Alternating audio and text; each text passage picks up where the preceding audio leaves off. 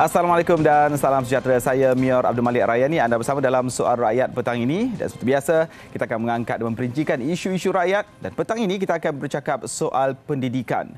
Fokus kita pada petang ini pada anak-anak sekolah rendah. Dan kerap juga kita lihat di media-media sosial rungutan-rungutan daripada pelbagai pihak berhubung sukatan mata pelajaran anak-anak kita yang kadang-kadangnya kita yang dewasa ni pun termenung lama juga nak mendapatkan jawapan. Jadi ramai juga menyuarakan pandangan terutamanya ibu bapa. Antara isu utama yang dibangkitkan sejak 2017 lagi adalah silibus yang terlalu padat dan juga tinggi. Tapi baru-baru ini Kementerian Pendidikan KPM mengumumkan inisiatif intervensi kurikulum bagi menangani isu keciciran pembelajaran dalam kalangan murid sekolah rendah. Jadi hari ini kita akan melihat dengan lebih dalam lagi apa yang termaktub dalam inisiatif intervensi kurikulum ini. Tentu sekali bersama dengan Yang Berhormat Fadhil Nasidik, Menteri Pendidikan. YB, terima kasih kerana meluangkan masa bersama dengan Soal Rakyat hari ini. Terima kasih, Mio. Dan di peringkat awal ni permulaan perbincangan kita, ramai yang mungkin pertama kali mendengar tentang intervensi pendidikan. Mungkin YB boleh jelaskan sedikit apa yang dimaksudkan tentang intervensi kurikulum ini. Terima kasih, Mio. Bismillahirrahmanirrahim. Assalamualaikum warahmatullahi wabarakatuh. Izinkan saya untuk barangkali menyentuh sedikit tentang latar utama mengapa intervensi kurikulum ini dilaksanakan oleh peringkat di Kementerian Pendidikan Malaysia. Pertamanya, kita sentiasa melihat dan sangat optimis dengan kurikulum peringkat sekolah ini kerana sifatnya itu adalah dinamik dan sangat progresif. Ya. Jadi untuk itu, kerana sifatnya begitu, maka penambahbaikan adalah menjadi kunci utama kepada perjalanan kurikulum ini. Dan kitarannya itu, Mio, 10 tahun itu akan berlangsung dalam keadaan yang dinamik, progresif dan mesti ada penambahbaikan. Baik, seperti mana yang Mio sebut di awal siaran tadi, kegusaran, ya, yang timbul akibat isu-isu yang dibangkitkan dalam masyarakat. Jadi proses kita mengambil pandangan itu, kemudian kita rujuk kepada narasumber kita dan sesi libat urus. Jadi selepas semua sesi itu dan pandangan itu kita kumpulkan, maka kita putuskan bahawa intervensi kurikulum ini adalah yang terbaik yang ketika ini yang perlu kita laksanakan untuk memastikan bahawa anak-anak murid kita ini mendapat maknanya keseluruhan kurikulum ini, menguasai keseluruhan kurikulum ini dengan lebih baik dan signifikan. Jadi sebab itu ketika ini saya fikir inilah masa terbaik untuk kita laksanakan intervensi itu. Mungkin ramai juga yang akan mempersoalkan, Mio, sedangkan sebelum ini Kementerian Pendidikan Malaysia sudah pun mengumumkan bahawa kurikulum baru adalah pada 2027. Ini baru tahun 2024. Apakah ini kurikulum baru? Tidak. Ini bukan kurikulum baru. Ini masih lagi kitaran kurikulum yang lama, 2017 seperti mana Mio sebut tadi. Tapi kita melakukan anjakan yang cukup signifikan dalam pendidikan negara, khusus untuk mengatasi beberapa isu. Antara lain adalah isu keciciran. Tadi YB sebutkan respon daripada ibu bapa, masyarakat dan sebagainya. Tapi bagaimana sebenarnya tercetusnya pelaksanaan intervensi kurikulum ini? Ya, dia nama lain bagi KPM, Mio, selain daripada Kementerian Pendidikan Malaysia adalah Kami Pro Mendengar, KPM. Ya. Jadi apabila kita menjadi sebuah kementerian yang mendengar dan kita punya pemegang taruh ini sangat besar, Mio. Ia bukan lagi hanya guru, pentadbir dan kami di peringkat kementerian, tetapi yang paling penting adalah anak-anak kita. Itu adalah pemegang taruh paling penting. Jadi maklum balas daripada semua pihak berkepentingan ini menjadikan intervensi ini menjadi sangat relevan ketika ini. Jadi sebab itu saya fikir kita tidak boleh maknanya mengambil sikap habiskan je lah kurikulum kita, ikut kitaran dia dan tunggu saja kurikulum baru. Ia tidak boleh berlaku begitu. Kerana seperti mana saya sebut tadi, dinamika dan juga perubahan-perubahan untuk menambah baik itu sentiasa kita boleh lakukan walaupun dalam kitaran yang sama. Jadi ini adalah pendekatan paling agresif dan berani kita ambil bagi memastikan apa yang anak-anak kita sedang ikuti di peringkat sekolah ini benar-benar mengikuti perkembangan semasa, Mio. Saya pasti bukan saja di pihak kementerian, di pihak sekolah, guru-guru, pentadbir sekolah juga cakna tentang isu ini. Tapi saya pasti di peringkat pusat ini ada langkah-langkah yang diatur. Mungkin boleh YB kongsikan apa agaknya gerak langkah KPM dalam menangani isu-isu ini. Saya fikir penting untuk saya jelaskan ya. Maknanya selepas kita umumkan ataupun sebelum kita umumkan intervensi ini, pastinya selepas kita mengambil pendekatan mendengar pandangan-pandangan, kemudian sesi-sesi libat urus, dan yang paling penting Mio adalah penubuhan pasukan petugas khas special task force untuk menangani isu intervensi kurikulum ini yang dianggotai antara lain adalah maknanya pegawai di peringkat kurikulum dan bahagian di peringkat KPM dan juga Majlis Penasihat Pendidikan Kebangsaan. Jadi semua ini memainkan peranan penting dan menyusun termasuk pelan komunikasinya, apa yang kita nak buat intervensinya, setakat mana maknanya yang kita sebut sebagai intervensi itu tanpa kompromi kepada kualiti pendidikan. Jadi ramai yang akan tanya saya selepas ini, saya fikir antara kebimbangan juga, adakah bila berlaku intervensi ini kualiti pendidikan akan jatuh. Saya tidak fikir begitu. Kerana itu intervensi yang kita laksanakan ini adalah hasil daripada pengalaman yang lepas. Kita ada pengalaman, Mio. Maknanya pengalaman ini bukan pengalaman baru. Maknanya intervensi ini pernah kita laksanakan semasa zaman pandemik. Jadi ini adalah pengalaman kedua yang kita laksanakan, berbekalkan kepada narasumber, kepakaran dan juga input yang kita dapat daripada sesi libat urus kita. Menyebut tentang sesi libat urus ni, tentu sekali kalau boleh YB perincikan sedikit tentang sesi libat urus. Mungkin ibu bapa meluahkan pandangan di media sosial itu satu yang jelas. Betul. Tapi di peringkat yang berstruktur ini, pelibatan ibu bapa tu dari segi pihak PIBG sendiri bagaimana? Kita ada beberapa peringkat Mio ya, bila mendapatkan input libat urus ini. Ia berlaku dalam pelbagai aspek dan segmen. Sebab itu saya kata bila kami wawarkan kita adalah KPM yang kami pro mendengar. Jadi input tu datang dengan sangat signifikan melalui saluran-saluran rasmi, kemudian sesi-sesi yang kita jemput, ya, maknanya pelbagai peringkat, dan juga yang paling penting adalah semasa jerayawara yang kita laksanakan di semua negeri. Jadi input-input ini kita kumpulkan, kita dengar dan kita ambil perhatian penuh, dan sebab itulah kemudian langkah-langkah ini kita susun dan diterjemahkan dalam bentuk intervensi kurikulum ini. Bila kita buat satu penambahbaikan, mungkin ada yang menyatakan wujud kelemahan pada sistem yang lama. Ulasan YB tentang itu. Saya fikir penting juga untuk kita melihat bahawa isu kurikulum ini dia tidaklah sempurna, ya. Sebab itu saya fikir dalam kerangka dan kitaran kurikulum yang 10 tahun itu mesti ada komitmen untuk menambah baik.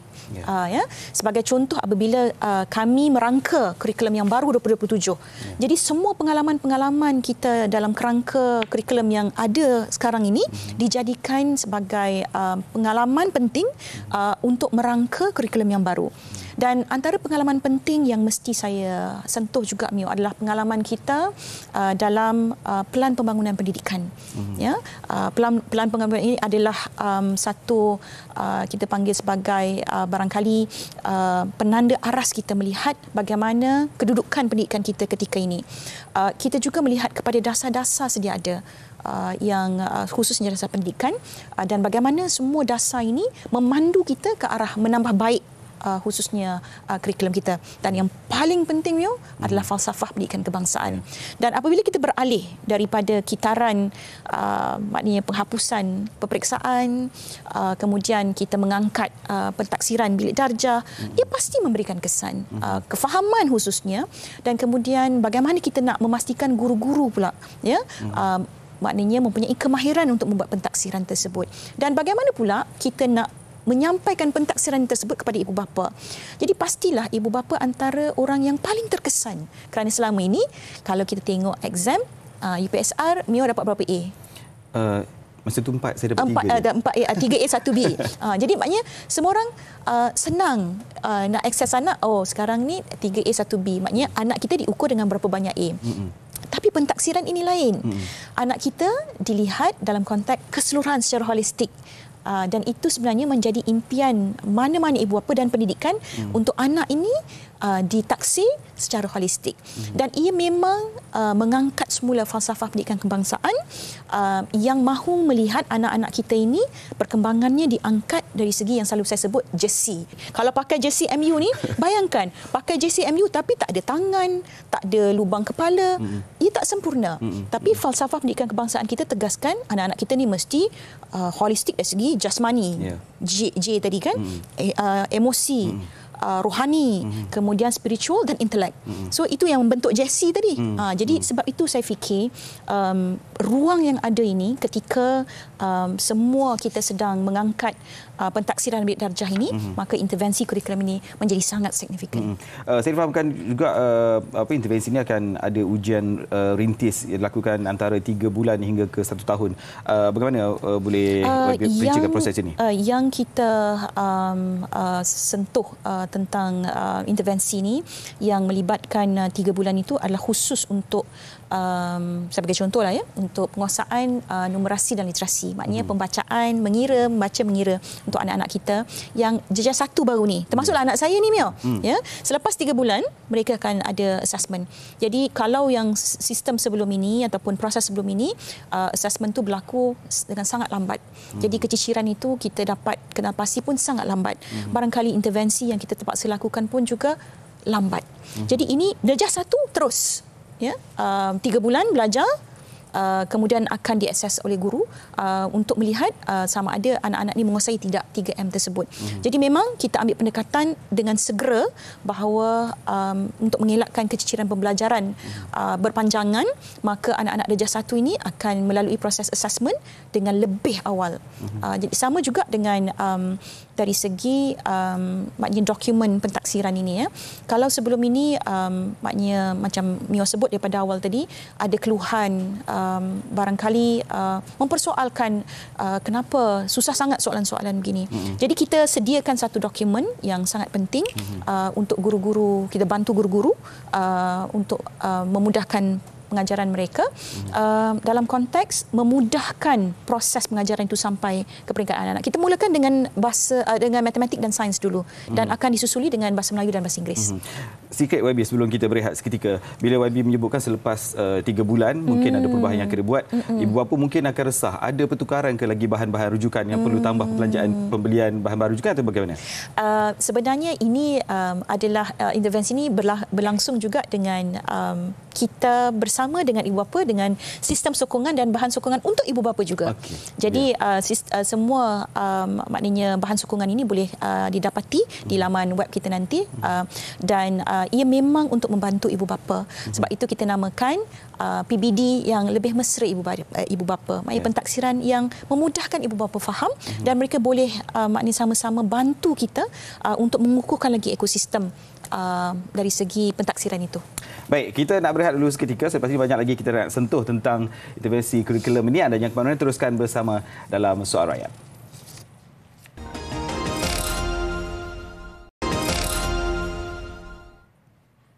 Baik, anda masih lagi dalam Soal Rakyat. Kita sedang membicarakan tentang intervensi kurikulum bersama dengan Yang Berhormat Menteri Pendidikan Fadlina Siddiq.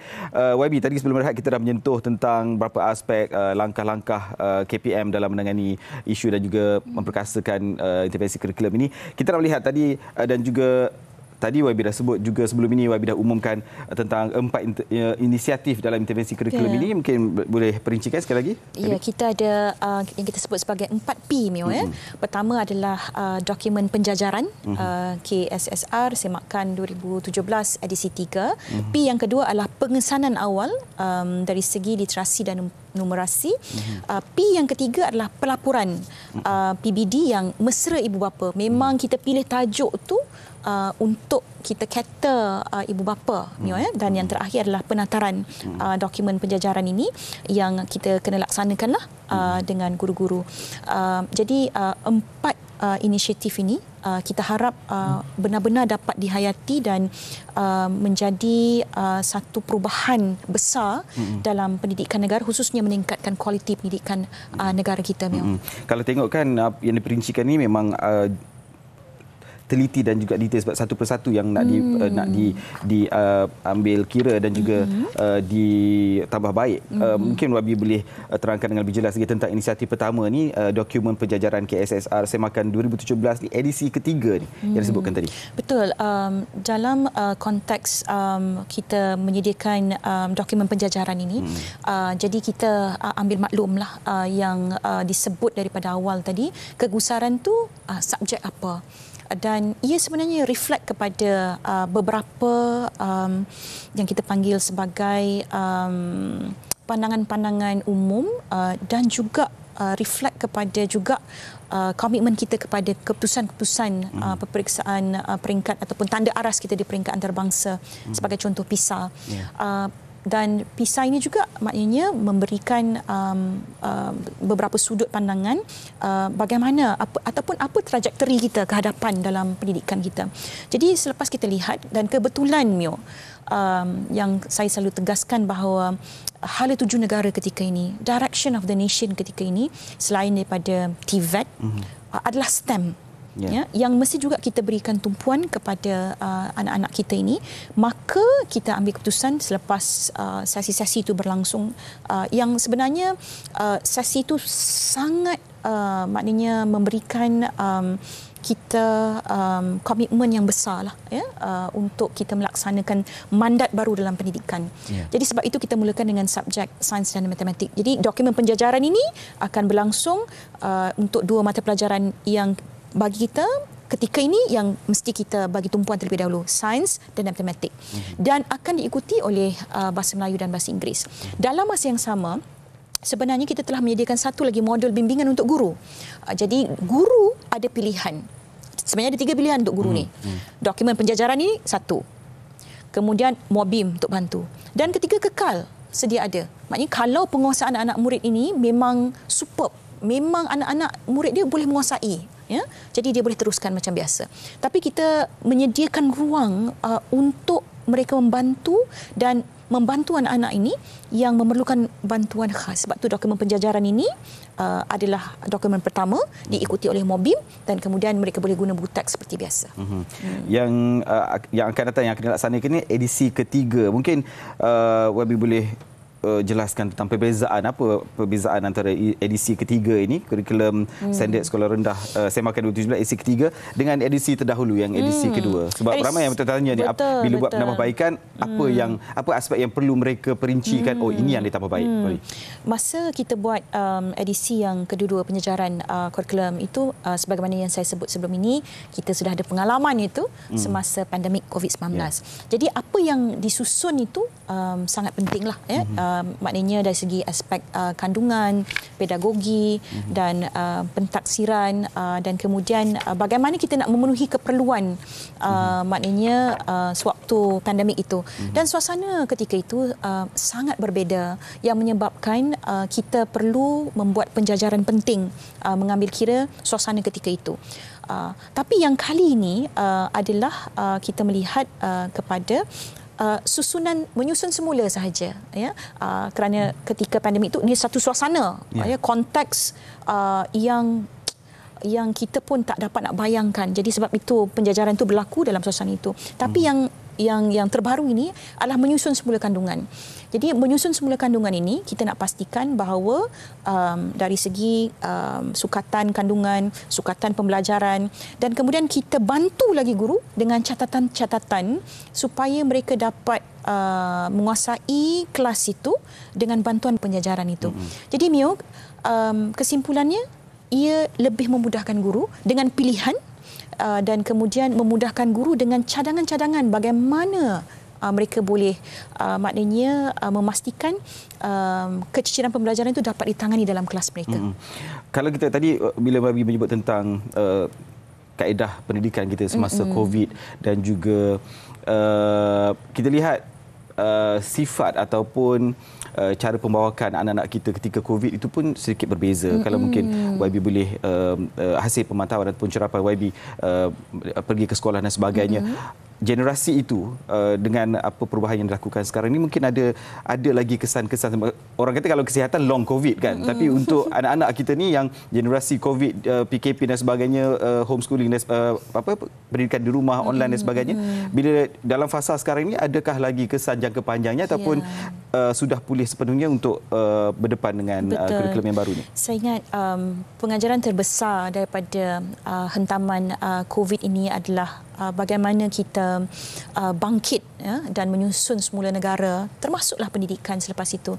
Kerana kita tahu kesan terbesar daripada COVID itu adalah generasi. Sebab tu ada yang disebut sebagai the lost generation pasca COVID ini. Jadi sebab itu ramai yang maknanya barangkali saya perlu jawab kegusaran-kegusaran itu. Adakah kita maknanya menunggu sehingga COVID habis baru kita buat intervensi? Saya tidak fikir begitu. Sebab laporan yang kita terima, maknanya guru-guru kita ini, Masya Allah, dari segi komitmen mereka semasa COVID ini memang sangat luar biasa. Nak memastikan pendidikan ini sampai. Sebab itu ada banyak visual optik yang menunjukkan mereka maknanya handover homework pada anak-anak kita ni di seluruh pelosok mana pun anak kita berada. Dengan anak sendiri lagi. Betul. Tetapi cabaran kita ketika itu adalah penutupan sekolah yang terlalu lama. Jadi apabila penutupan sekolah itu terlalu lama dan tidak diimbangi dengan sebagai contoh dari segi internet yang maknanya mencakupi semua ruang untuk anak-anak kita dan kemudahan-kemudahan seperti peranti-peranti, dia memang menjejaskan dari segi keupayaan anak-anak kita untuk menguasai pembelajaran ketika itu. Dan kesannya memang kita dapat lihat bahawa ada generasi yang mengalami yang kita sebut sebagai keciciran pembelajaran. Jadi tindakan kita adalah mengurus segera isu-isu tersebut, termasuk pelbagai program meningkatkan keupayaan numerasi dan literasi, dan salah satu yang paling besar adalah intervensi kurikulum ini, Mio, yang saya fikir ia mesti digerakkan dengan segera tanpa menunggu kurikulum 2027. Kalau menyebut tentang keciciran ini memang satu yang membimbangkan untuk kita melihat anak-anak yang akan menjadi pelapis generasi akan datang. Tapi sejauh mana serius sebenarnya kalau di waktu ketika ini hasil pemantauan YB isu keciciran ini di sekolah, bagaimana seriusnya? Jauh lebih baik daripada sewaktu pasca pandemik ataupun kita panggil setahun selepas pasca pandemik. Jauh lebih baik itu maksud saya kita dapat mengurangkan maknanya kesenjangan keciciran pembelajaran itu dengan tekad, komitmen dan intervensi yang dilakukan di semua peringkat. Baik di peringkat maknanya sekolah, PPD dan JPN. Sebab itu dalam reformasi pendidikan ketika ini, Mio, antara yang terbesar juga yang selain daripada intervensi kurikulum ini adalah kita membuat peluasan prasekolah. Kerana apa? Kerana kita yakin anak-anak kita kalau maknanya sesi prasekolah itu diberikan daripada awal, jadi keciciran itu dapat kita tangani lebih awal. Jadi anak-anak kita di prasekolah KPM misalnya umur 5 dan 6 tahun akan berada dalam maknanya proses ekosistem pendidikan itu, dan apabila masuk ke aliran perdana kita dah tahu dah maknanya intervensi apa yang kita perlu laksanakan bagi peringkat anak-anak itu. Sebab itu reformasi pendidikan ini kita ambil secara serius, termasuk salah satunya intervensi kurikulum dan peluasan prasekolah. Intervensi ini adakah merangkumi kumpulan di prasekolah ini? Dia akan berlangsung terlebih dahulu di peringkat sekolah rendah. Kita akan bagi tumpuan kerana special task force, Mio, yang lain untuk prasekolah pula. Jadi itu kita akan tangani secara spesifik di peringkat prasekolah. Bagaimana YB melihat intervensi kurikulum ini akan menangani isu keciciran ini? Saya optimis bahawa selepas sesi-sesi yang kita laksanakan, kemudian saya melihat sendiri bahan-bahan yang telah pun kita hasilkan oleh narasumber kita di peringkat KPM dengan kepakaran yang ada, dan yang paling penting, Mio, adalah feedback daripada guru-guru. Jadi kalau tak ada feedback pada guru-guru, macam syok sendirilah. Betul. Jadi orang yang melaksanakan ini adalah guru-guru sendiri. Jadi kita dah dapat feedback tentang pelaksanaan MOBIM ni, modul bimbingan tadi. Ada guru yang menyatakan bahawa mereka terkesan dan cara pengajaran mereka itu jauh lebih baik dengan modul itu. Maka dokumen penjajaran itu juga maknanya harus dijadikan sebagai antara option lah untuk guru.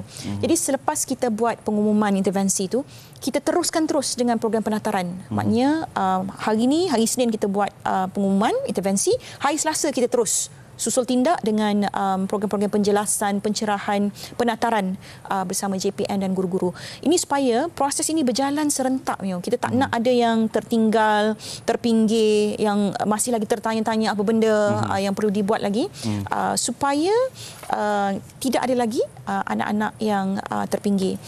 Dia kita dalam pendidikan ni, dia ada satu maknanya kita panggil sebagai agenda besar kita, yang kita selalu kita sebut no child left behind. Tidak ada anak-anak yang wajar dipinggirkan, ataupun tidak ada anak-anak yang terpinggir. Dan ada satu peribahasa Afrika yang menterjemahkan keseluruhan ekosistem ni. It takes a village to raise a child. Jadi kita tak boleh lakukan perkara intervensi ni tanpa sokongan daripada semua. Sebab itu bila saya sebut 4P tadi tu, dia merangkui semua pemegang taruh kita, termasuklah ibu bapa. Dan kita buat khusus PBD yang mesra ibu bapa kerana kita nak tangkap dan rangkul semua dalam konteks meningkatkan kualiti pendidikan kita. Mio. Tadi Wabi sering menyebutkan tentang narasumber KPM. Ramai yang nak tahu ni sebenarnya siapakah sebenarnya yang menjadi narasumber. Sebab kita juga nak tahu kan, memang validkah mereka ini kan? Terima kasih Mio. Saya fikir dari segi peringkat narasumber KPM ini tidak lain dan tidak bukan adalah maknanya kepakaran yang sudah pun terbina begitu sekian lama dalam peringkat KPM melalui bahagian-bahagian. So intervensi ini berlaku di bahagian kurikulum. Kemudian kita ada maknanya segmen-segmen khas yang menasihati kita berkaitan kurikulum ini daripada universiti-universiti awam, pakar-pakar akademik kita, dan juga daripada majlis penasihat pendidikan kita. Jadi insya-Allah Mio, maknanya saya berikan jaminan bahawa mereka ini semua adalah narasumber yang dipercayai dan punya pengalaman. Sebab tu saya ulang Mio, pengalaman kita menjajakan kurikulum semasa pandemik itu menjadikan kita cukup kuat untuk menjajarkan semula kali ini selepas mendengar semua pandangan. Saya nak terus menjadi kementerian yang mendengar pandangan-pandangan ini kerana saya tidak fikir ada orang akan berniat jahat pada pendidikan. Sebab semua orang akan melihat bahawa pendidikan ini yang akan mengeluarkan kita semua daripada penindasan, daripada kebodohan, daripada kejahilan. Sebab itu saya fikir pendidikan mesti menang. Saya dulu peguam Jadi kalau dalam kes kita mahkamah, kita boleh tahu kes ni menang ke kalah ke, dan kita dah tahu sebab dia ada dia punya orang kata apa fakta dia semua kan. Tapi dalam pendidikan ni kita tak boleh bagi ruang langsung kalah. Pendidikan mesti menang. Kalau pendidikan kalah, kejahilan akan menang. So kita tak nak perkara itu berlaku. Baik. Jadi jangan bimbanglah, tak perlu bimbang, memang perlu. Sepenuhnya dijamin dibantu ataupun dianggotai oleh pakar-pakar dalam pendidikan. Baik, kita dah berehat seketika Wabi, kembali selepas ini dengan banyak lagi diskusi berkenaan dengan intervensi kurikulum kita.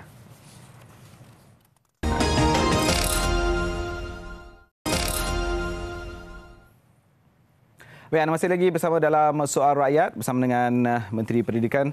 YB, di peringkat sekolah rendah pastinya yang didepani oleh guru-guru bila masuk je pelajar darjah 1 ini melihat apakah kemahiran yang mereka ada kan. Jadi dalam proses ataupun inisiatif intervensi kurikulum ini penumpuan diberikan kepada pelajar darjah 1 ini. Jadi mengapa pengesanan awal literasi dan numerasi seperti yang Wabi sebut tadi untuk murid tahun 1 ini perlu dilaksanakan, Wabi? Saya fikir dia mudah je Mio, sebab kita nak kenal pasti setakat mana penguasaan mereka terhadap 3M tu.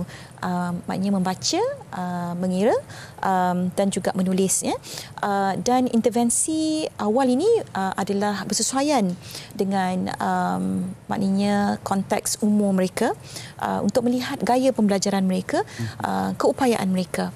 Jadi sebab itu saya fikir lagi awal kita boleh buat lagi baik. Sebab itu kita berikan tempoh 3 bulan maknanya untuk anak-anak tahun 1 ini, maknanya selepas 3 bulan itu assessment itu akan dibuat oleh guru berdasarkan pentaksiran bilik darjah. Jadi guru ini adalah guru-guru yang memang sudah pun terlatih lah ya dengan PBD ini, dan mereka akan memberikan maknanya maklumat kepada kita berdasarkan pentaksiran yang dibuat khusus kepada 3M ini, keupayaan ini. Jadi saya ingat ia adalah satu intervensi yang cukup signifikan ketika ini, kerana keciciran pembelajaran ini macam mana saya sebut tadi dan tegaskan daripada awal, lagi awal lagi dapat kita tangani dengan lebih baik. Kalau kita lihat sekarang ni trend ibu bapa ramai yang menghantar anak ke prasekolah ataupun taska, tadika awal 4 tahun 5 tahun pun dah dihantar. Serius lagi ke maksud saya maksudnya masuk darjah 1 tu masih ada yang belum kena nombor ataupun masih belum kena huruf, masih serius ke? Saya rasa dia ada beberapa kita panggil sebagai keadaan lah ya, Mio, untuk berlaku adil kepada ibu bapa dan anak-anak kita juga. Saya fikir kalau di peringkat Kementerian Pendidikan Malaysia, sebab kita kena ingat prasekolah ni dia ada pelbagai kementerian yang juga tangani prasekolah ni, ada bawah Kemas, ada perpaduan, ada yang Jabatan Agama Negeri dan sebagainya ya. Tapi yang saya sebut awal tadi, antara reformasi pendidikan yang kita sedang tangani di peringkat prasekolah ini adalah terkait rapat dengan penyelarasan kurikulum. Jadi apabila kita dapat menyelaraskan kurikulum, kemudian kita dapat susun beberapa perkara tentang prasekolah ini, saya fikir dia akan bagi impak kepada keseluruhan isu keciciran ini. Setakat ini anak-anak yang maknanya menghadiri prasekolah ini tidak ada masalah untuk mengenal ya.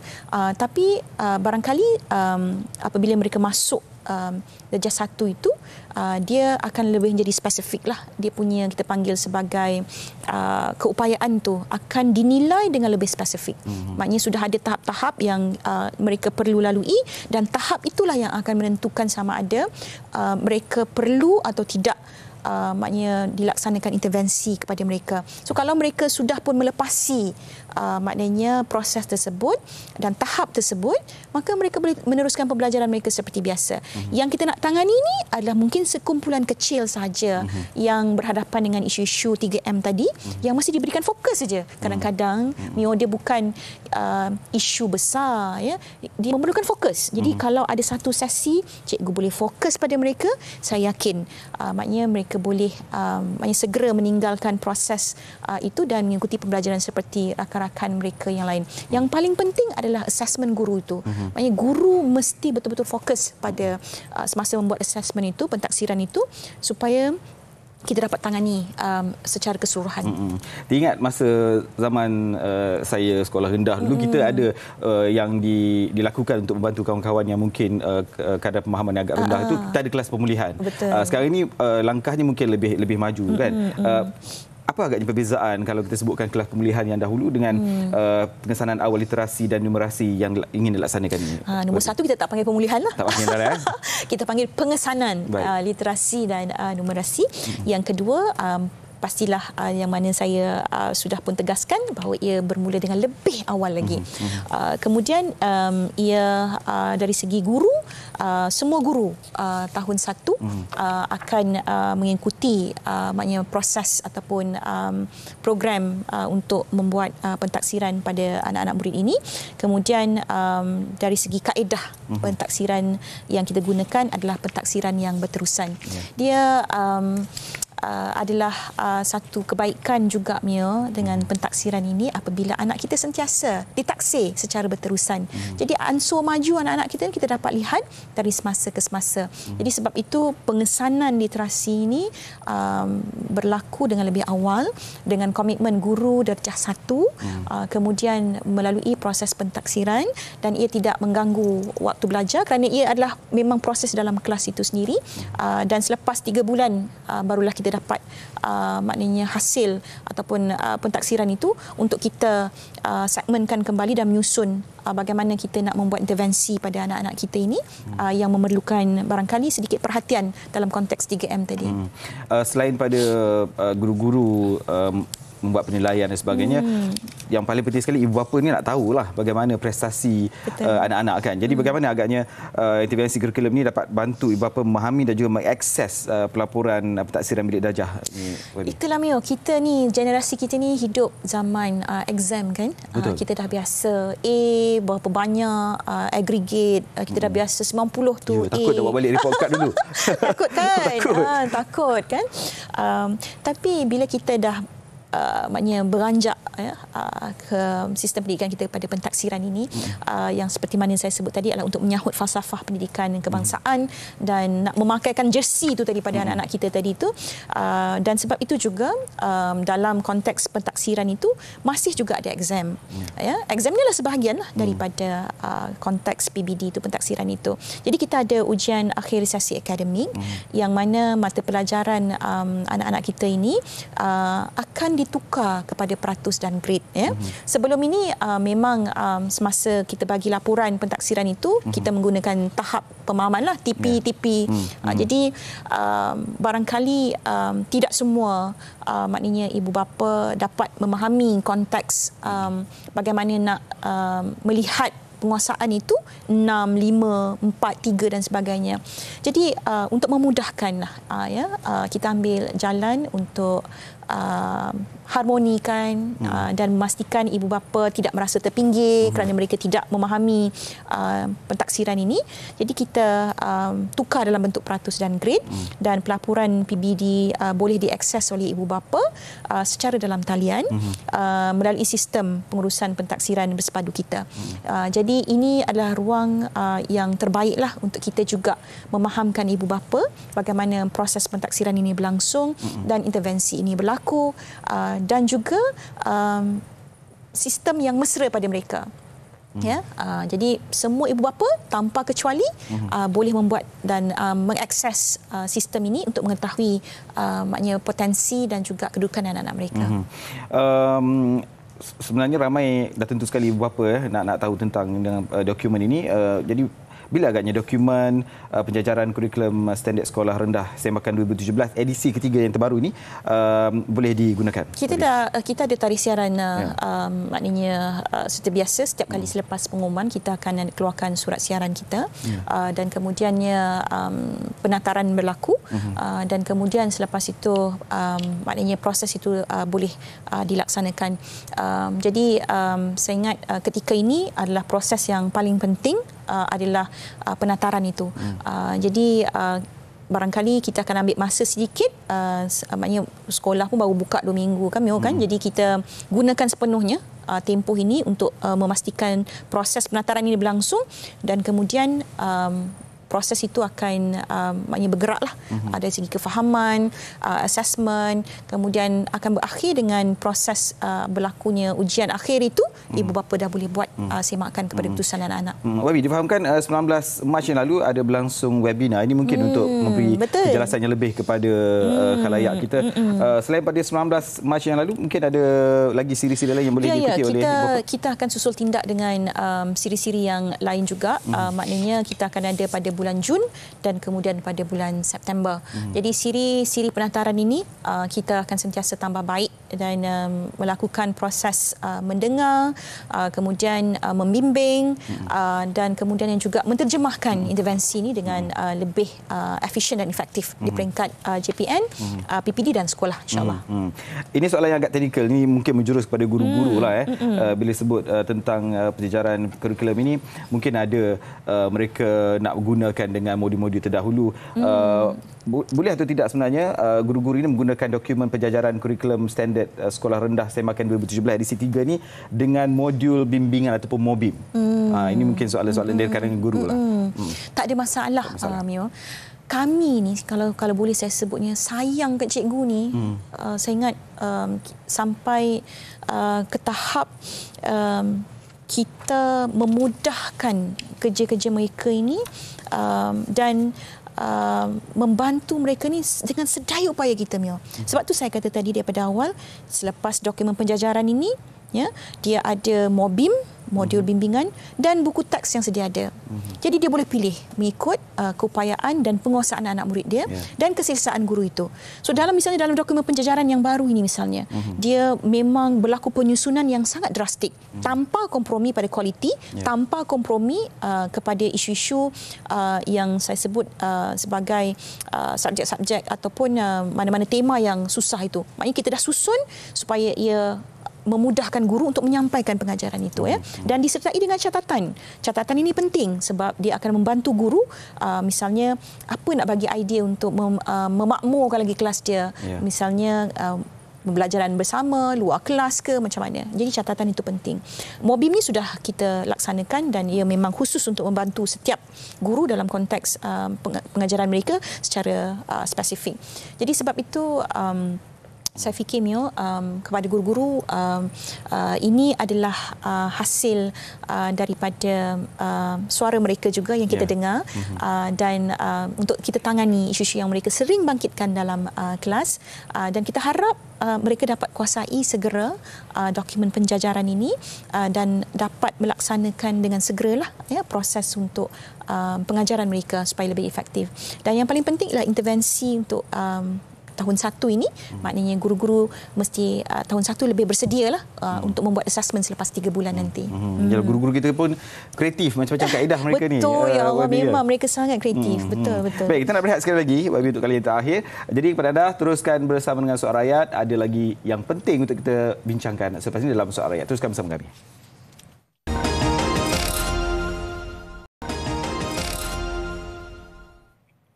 Masih lagi dalam Soal Rakyat, kita bersama dengan Yang Berhormat Menteri Pendidikan Fadlina Siddiq tentang intervensi kurikulum. Baik, YB, sebelum rehat tadi kita dah sentuh pelbagai tentang kurikulum standard sekolah rendah dan sebagainya. Dan bila nak bercakap tentang pelaksanaan suatu yang baru diperkenalkan, tentu sekali yang mula-mula bimbang bila baca guru-guru lah. Adakah ini akan menambah beban mereka di sekolah? Tapi saya kira YB ada penjelasannya tentang ini, jangan bimbang dan sebagainya. Silakan YB. Ya, sewaktu kita sediakan dokumen penjajaran ni Mio, memang antara perkara yang kita nak tangani adalah juga soal beban guru jadi kita melihat dengan adanya dokumen ini yang telah pun boleh digunakan dengan sesi akademik 2024-2025 ini khusus untuk tahap 1 dulu pastinya akan memberikan kesan kepada keseluruhan maknanya pendekatan guru dalam pembelajaran. Sebelum ini memang kita ada dengar isu-isu yang dibangkitkan berkaitan kesukaran mereka untuk maknanya melaksanakan pengajaran mereka kerana tidak ada intervensi ini Tapi selepas intervensi ini saya fikir penyusunan telah pun berlaku, kemudian semakan kemaskini telah pun kita laksanakan dan antara perkara penting yang juga kita telah mengambil kira dalam intervensi ini adalah soal menggabungkan beberapa standard pembelajaran dan juga standard kandungan serta menggunakan istilah yang lebih mudah dan difahami Mio. Ini yang paling penting sebenarnya. Jadi cikgu ni kalau nak mengajar dia kena bahasa yang dia tahu anak-anak murid dia faham. Dan kita kena appreciate guru ni dalam keadaan mereka yang kuasai ekosistem kelas itu, mereka lebih kenal.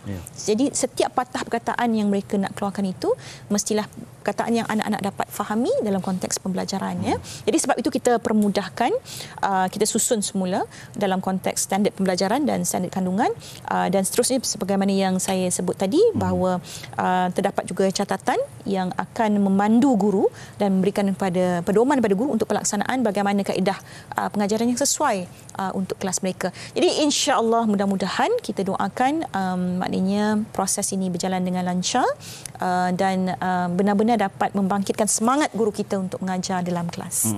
Bila sebut tentang tadi Wabi sebutkan tentang standard pembelajaran juga standard kandungan ini, guru-guru mungkin faham benar tentang perkara ini, tapi untuk ibu bapa mungkin Wabi boleh perincikan sikit tentang itu. Jadi untuk ibu bapa ni pula saya fikir mereka masih lagi boleh maknanya memainkan peranan penting antaranya adalah untuk sama-sama bagi tujuan intervensi ini mereka boleh menyokong dokumen penjajaran kita ini, kemudian modul bimbingan bagi ibu bapa yang memang nak bantu anak mereka. Jadi saya sangat terharulah juga ibu bapa ini sebenarnya memainkan peranan penting dalam pendidikan Mio Ya, betul. Sebagai ibu pada 6 orang anak Mio, memang saya pun terkesan sebab anak-anak saya juga masih berada, 2 orang masih berada di sekolah rendah.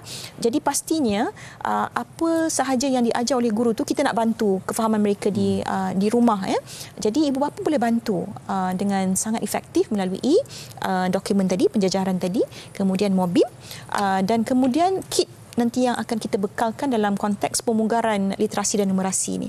Jadi ibu bapa kena bantu kita dari segitu. Jadi khususnya untuk sebagai contoh dalam intervensi pengesanan awal tadi kan, kena ceklah juga kat rumah anak-anak ni tahap penguasaan pembacaannya setakat mana. Menulis itu ada masalah ataupun tidak. Mengira yang basic ada isu ataupun tidak. Jadi laporan daripada ibu bapa ni juga akan membantu guru membuat assessment yang sama dalam pentaksiran nanti, dan semua bahan ini ibu bapa boleh dapatkan di laman sesawang kita lah, bahagian kurikulum kita. Jadi ini antara peranan besar ibu bapa. Jadi kita tak nak pinggirkan ibu bapa. Betul. Walaupun barangkali setengah ibu bapa tak apalah, dah hantar sekolah selesai lah kan. Tapi saya tidak fikir begitu. Kita masih memerlukan pemegang taruh kita untuk sama-sama memantau dan melihat dan memberikan sokongan pada ekosistem intervensi kita yang kita laksanakan sekarang. Sebut tentang ibu bapa ni, banyak perbezaan antara ibu bapa yang dulu menghantar anak ke sekolah dengan sekarang. Sekarang ibu bapa dengan ada kumpulan WhatsApp siap kelas, kalau mungkin seorang anak ataupun ada 3 orang anak, ada 3 grup WhatsApp untuk sekolah anak-anak dan sebagainya. Tapi menyebut tentang kepentingan ibu bapa ini tahu tentang apa perubahan-perubahan yang dibawakan oleh kementerian supaya mereka seiring, supaya tidak melepaskan sepenuhnya anak tu di tangan guru saja dan bila balik tidak memantau anak-anak. Komen YB tentang itu. Saya fikir banyak peranan yang boleh dimainkan oleh ibu bapa Mio sebagai contoh untuk menangani isu keciciran ini. Peranan peringkat keluarga sangat penting sebab itu juga antara perkara yang sedang kita tangani untuk tangani isu keciciran pembelajaran ini, satu adalah berkaitan dengan reformasi yang saya sebut tadi, prasekolah. Yang kedua adalah yang sedang kita kerjakan dengan sungguh-sungguh ketika ini adalah dasar pendidikan wajib sekolah menengah. Yang mana keciciran pembelajaran di sekolah menengah ini bagi saya memberikan kesan yang sangat besar kepada anak-anak kita. Jadi pendidikan ini mesti difahamkan kepada ibu bapa bahawa dia hadir bersama yang kita sebut sebagai birthright ataupun hak dia dilahirkan itu, hak kelahiran itu hadir bersama dengan hak pendidikan. Jadi kita tak lahirkan anak-anak kita ni saja, dia lahir dengan hak pendidikan untuk mendapatkan pendidikan. Jadi sebab itu saya fikir peranan mereka sangat penting. Antara yang kita dapati juga adalah keciciran anak-anak di peringkat sekolah menengah ini barangkali boleh ditangani kalau keluarga ini dapat diberikan tumpuan sepenuhnya kepada komitmen untuk menghantar anak-anak ke sekolah. Sebenarnya kalaulah kata isunya adalah kemiskinan Mio, saya fikir di Kementerian Pendidikan Malaysia kita ada 18 inisiatif untuk menoktahkan kemiskinan anak-anak ke sekolah ini. Jadi bantuan-bantuan ini kita telah persiapkan untuk bantu dan memastikan anak-anak kita ke sekolah. Sekolah kerajaan ini percuma Mio. Apa lagi yang kita boleh bantu? Jadi kita memang bersedia untuk bantu semua pihak untuk memastikan mereka pergi ke sekolah. Jadi harapan kita nak dalam konteks menangani keciciran ini, ibu bapa sama-sama dengan kita, sama-sama dengan kementerian, sama-sama dengan guru dan bagi feedback kepada kita khususnya selepas pelaksanaan intervensi ini dan apa yang kita boleh tambah baik lagi. So jangan risau, seperti yang saya tegaskan tadi, KPM kami pro mendengar. Ibu bapa sebenarnya boleh muat turun pelbagai dokumen-dokumen ini secara online dan tak ada alasan lagi sebenarnya untuk tidak mengambil maklum. Apakah keperluan pusat pelajaran? Betul Mio, sebab lagi satu, anak-anak kita dan guru-guru kita ni ada pelantar digital, Delima namanya. Jadi apa-apa maknanya penguasaan yang memerlukan pengesanan ataupun latihan-latihan tambahan sebenarnya boleh diakses melalui pelantar Delima ini juga. juga ada pelbagai aktiviti dan program dalam pelantar itu untuk membuat pengesanan pada anak-anak kita. Dan sebenarnya anak-anak kita ni mahir digital. Bagi je ada sedikit kawalan, tapi maknanya kena pantau. Jadi berdasarkan maknanya penggunaan mereka secara digital ni sebenarnya banyak membantu untuk meningkatkan literasi mereka juga. Jadi kita perlukan sedikit maknanya ibu bapa punya masa barangkali dengan anak-anak untuk melakukan sama-sama intervensi dengan kita jugalah untuk melihat keberkesanan intervensi ini. Baik Wabi, kita pun dah sampai ke penghujung perbincangan kita. Alhamdulillah sampai dah hujung. Jawab begitu Wabi. Okey, tapi sebelum tu ialah berbaki 2 minit ini. Saya pasti telah diperincikan pelbagai inisiatif kementerian dan sebagainya. Tapi sebagai menteri besar sebenarnya harapan Wabi untuk melihat perkara ini berjaya. Jadi apa agaknya harapan secara keseluruhannya KPM melalui pelaksanaan intervensi kurikulum ini, Wabi? Ini adalah komitmen yang cukup besar daripada peringkat KPM dan ia berjalan dengan sangat teliti dan spesifik. Kerana apa? Kerana kita nak hasil yang signifikan dan sebab itu ia dinamakan sebagai intervensi kurikulum. Itu yang pertama, Mio. Yang kedua adalah kita melihat bahawa inisiatif ini, prakarsa ini, kita ambil penuh tanggungjawab sebagai salah satu langkah untuk menangani keciciran pembelajaran ini. Yang sebab itu 4P yang saya sebutkan tadi itu dia melibatkan semua pemegang taruh, guru, ibu bapa, kemudian komuniti dan termasuk juga di peringkat kementerian sendiri. Jadi ini komitmen yang besar yang melibatkan semua pihak. Yang ketiga, saya fikir penting untuk kita terus melaksanakan proses pencerahan ini pada masyarakat. Terima kasih pada soal rakyat yang memberikan ruang ini supaya saya dapat menjelaskan apa sebenarnya intervensi ini dan mengapa ia sangat penting. Dan barangkali yang terakhir juga adalah bagaimana kita melihat bahawa kita tak boleh tunggu sehingga ada satu lagi hentaman pandemik berlaku, na'udzubillah, ataupun tunggu sehingga satu lagi generasi terkorban kerana keciciran pembelajaran ini. Jadi sebab itu inisiatif ini walaupun ia sudah berada barangkali di penghujung Pelan Pembangunan Pendidikan, dia sudah pun berlangsung dengan kewujudan rangka kurikulum yang baru, tapi tidak bermakna kita tak boleh melaksanakan intervensi ini kerana keutamaan kita adalah anak-anak kita, pendidikan anak-anak kita. Jadi besar harapan saya Mio pada intervensi ini dapat maknanya dilaksanakan, diperkukuhkan oleh semua pihak, insya-Allah. Baik, insya-Allah. Baik, Yang Berhormat Fadlina Siddiq, Menteri Pendidikan, terima kasih Wabi. Sama-sama lagi atas perkongsian yang cukup jelas dan juga terperinci. Saya kira penonton terutamanya ibu bapa dan juga guru-guru sudah semakin jelas apa agaknya yang dijajarkan dalam inisiatif intervensi pendidikan ini, intervensi kurikulum ini. Jadi kita mengharapkan perubahan ini kelak memberi ruang yang lebih luas untuk guru-guru meningkatkan keberkesanan pengajaran dan yang paling penting sekali keupayaan dan prestasi murid kita berjaya diletakkan pada tahap yang terbaik. Terima kasih atas perhatian anda. Salam Ramadan, selamat berpuasa. Sekian dahulu Soal Rakyat, saya Mia Abdul Malik Rayani. Assalamualaikum dan salam hormat.